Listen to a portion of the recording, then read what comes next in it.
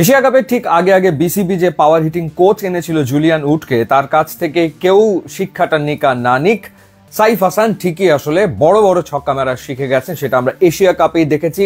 4 ইনিংসে 178 রান করার পথে এশিয়া কাপে 12টা ছক্কা হাঁকিয়েছিলেন সাইফ হাসান এবং অভিষেক শর্মা 19টা ছক্কা মেরেছেন, দ্বিতীয় সর্বোচ্চ 12টা ছক্কা মেরেছিলেন সাইফ। এবং এবার আফগানিস্তানের বিপক্ষে শারজার মাঠে সাইফ হাসানের ব্যাটে ছক্কার ঝড় দেখা গেল। 7টা ছক্কা হাঁকিয়েছেন তিনি এবং 6 মারাটাকে সহজ বানিয়ে ফেলেছেন। এশিয়া কাপের 4 ইনিংসে 12 ছক্কা, আফগানিস্তানের বিপক্ষে 3 ম্যাচের টি-20 সিরিজে 9 ছক্কা, অর্থাৎ আমরা যদি হিসাব করি 7 ইনিংসে তিনি ছক্কা মেরেছেন 21টা, অর্থাৎ গড়ে প্রত্যেক ম্যাচে 3টা করে ছক্কা তার।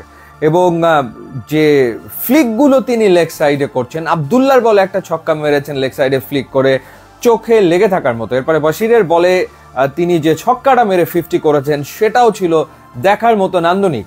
কোনো কোনো ছক্কা 90 মিটার, 92 মিটার, 95 মিটার লম্বা হয়ে যাচ্ছে। বিশাল বিশাল ছক্কা তিনি আসলে মারছেন। এবং সবচেয়ে ইম্পর্টেন্ট ব্যাপার, প্রথম দুটো টি-20তে যেরকম নাটক সিনেমা হয়েছে এবং তারপরে বাংলাদেশ ম্যাচ জিতেছে, থার্ড টি-20তেও সেটা হতেই পারতো। ওই রকম নাটকীয় পরিস্থিতি, এরপর হার্টের উপরে চাপ তৈরি হতেই পারতো, কিন্তু সাইফ হাসান সেটা আসলে হতে দেননি।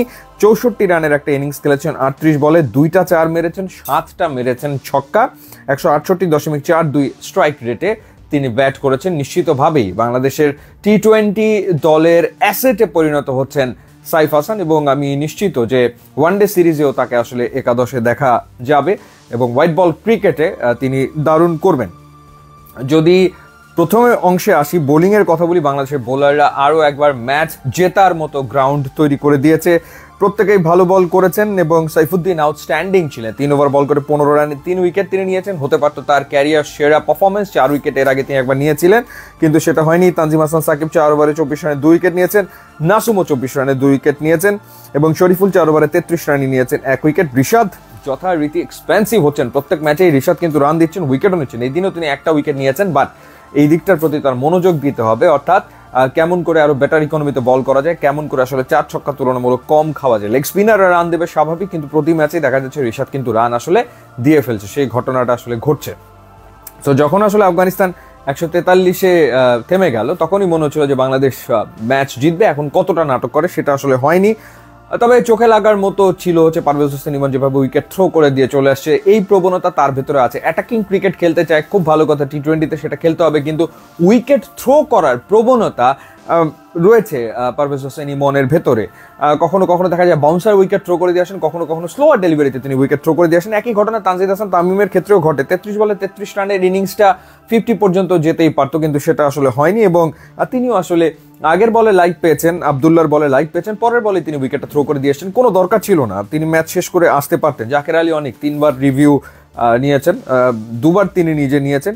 শেষমেশ তিনি আরও একবার আসলে আউট হয়েছেন মুজিবের বলে, এলবিডব্লিউ হয়েছেন 10 রান করে এবং শামীম হোসেন রানের খাতা খুলতে পারেনি। পরপর 2 বলে যখন 2 উইকেট পড়ে গিয়েছিল তখন মনে হচ্ছিল আবারও সেই নাটক কিনা, সেটা আসলে হয়নি।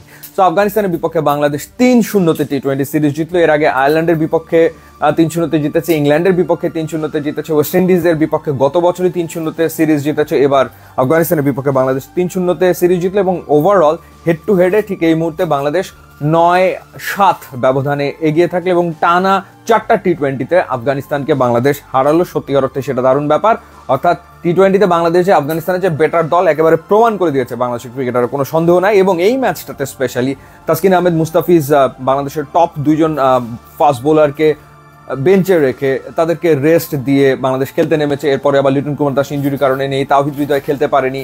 তো তারপরে বাংলাদেশ আসলে বলা যায় তো হেসে খেলেই আফগানিস্তানকে আসলে হারিয়েছে। সবচেয়ে বড় ব্যাপার সাইফের ব্যাটিং, সেটা বাংলাদেশের টি-20 দলের জন্য বিরাট এক পাওয়া। ইউটিউব, ইনস্টাগ্রাম লিঙ্ক দেওয়া আছে, আপনারা যোগ দিলে খুবই খুশি হবো। And thanks for watching.